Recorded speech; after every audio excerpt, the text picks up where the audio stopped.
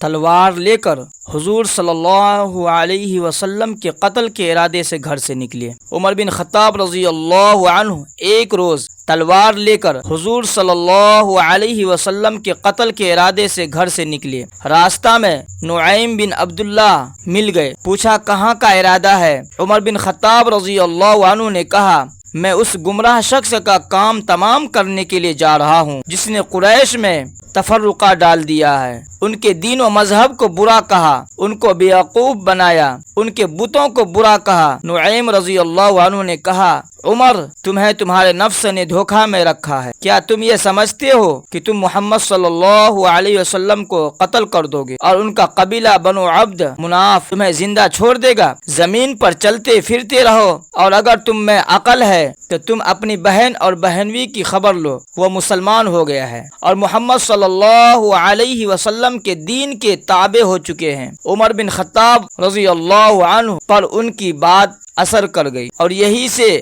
اپنی بہن اور بہنوئی کے مکان کی طرف پھر گئے۔ ان کے مکان میں حضرت خباب رضی اللہ عنہ ان دونوں کو قرآن شریف کی سورہ طٰہٰ پڑھا رہے تھے جو ایک صحیفہ میں لکھی ہوئی تھی۔ ان لوگوں نے جب محسوس کیا کہ عمر بن خطاب آ رہے ہیں تو حضرت خباب رضی اللہ عنہ گھر کے کسی کمرہ میں چھپ گئے اور ان کی بہن یہ صحیفہ اپنی ران کے نیچے چھپا لیا، مگر عمر بن خطاب کے کانوں میں خباب رضی اللہ عنہ کی آواز اور ان کے کچھ پڑھنے کی آواز پہنچ چکی تھی، اس لیے پوچھا کہ یہ پڑھانے کی آواز کیسی تھی جو میں نے سنی ہے؟ انہوں نے اول بات کو ٹالنے کے لیے کہا کہ کچھ نہیں، مگر ابن عمر بن خطاب رضی اللہ عنہ نے بات کو کھول دی کہ مجھے یہ خبر ملی ہے کہ تم دونوں محمد صلی اللہ علیہ وسلم کے دین کے تابع ہو چکے ہو اور مسلمان ہو گئے ہو، اور یہ کہہ کر اپنے بہن اور بہنوئی سعید بن زبیر رضی اللہ عنہ پر ٹوٹ پڑے۔ ان کی بہن فاطمہ رضی اللہ عنہا نے جب یہ دیکھا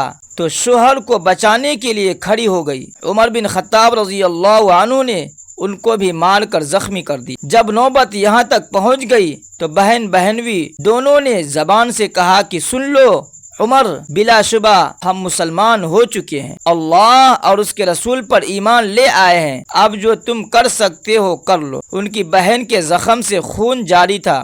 اس کیفیت کو دیکھ کر عمر بن خطاب رضی اللہ عنہ کو کچھ ندامت ہوئی اور بہن سے کہا کہ وہ صحیفہ مجھے دکھاؤ جو تم پڑھ رہی تھی تاکہ میں بھی دیکھوں محمد صلی اللہ علیہ وسلم کیا تعلیم دے رہے ہیں۔ عمر بن خطاب رضی اللہ عنہ لکھے پڑھے آدمی تھے، اس لیے صحیفہ دیکھنے کے لیے مانگا۔ بہن نے کہا ہمیں خطرہ ہے کہ تم صحیفہ کو ضائع کر دو گے یا بے ادبی کرو گے۔ عمر بن خطاب رضی اللہ عنہ نے اپنے بتوں کی قسم کھا کر کہا کہ تم یہ خوف نہ کرو، میں اس کو پڑھ کر تمہیں واپس کر دوں گا۔ ان کی بہن فاطمہ رضی اللہ عنہا نے جب یہ رخ دیکھا تو ان کو کچھ امید ہو گئی کہ شاید عمر بن خطاب بھی مسلمان ہو جائے۔ اس وقت کہا بھائی بات یہ ہے کہ تم نجس ہو، تم ناپاک ہو اور اس صحیفہ کو پاک آدمی کے سوا کوئی نہیں ہاتھ لگا سکتا، اگر تم دیکھنا ہی چاہتے ہو تو غسل کر لو۔ عمر رضی اللہ عنہ نے غسل کر لیا، پھر یہ صحیفہ ان کے حوالے کیا گیا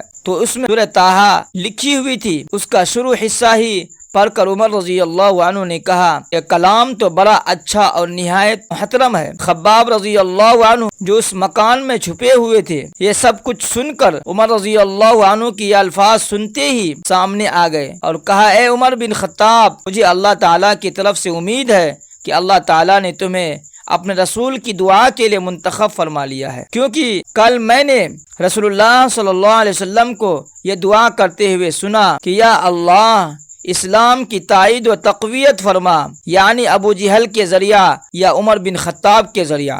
مطلب یہ تھا کہ ان دونوں میں سے کوئی مسلمان ہو جائے تو مسلمانوں کی کمزور جماعت میں جان پڑ جائے۔ پھر خباب رضی اللہ عنہ نے کہا اے عمر، اب تم اس موقع کو غنیمت سمجھو۔ عمر بن خطاب رضی اللہ عنہ نے خباب رضی اللہ عنہ سے کہا کہ مجھے محمد صلی اللہ علیہ وسلم کے پاس لے چلو۔ ان کے خدمت میں حاضر ہو کر اسلام قبول کر لیا۔ اللہ اکبر۔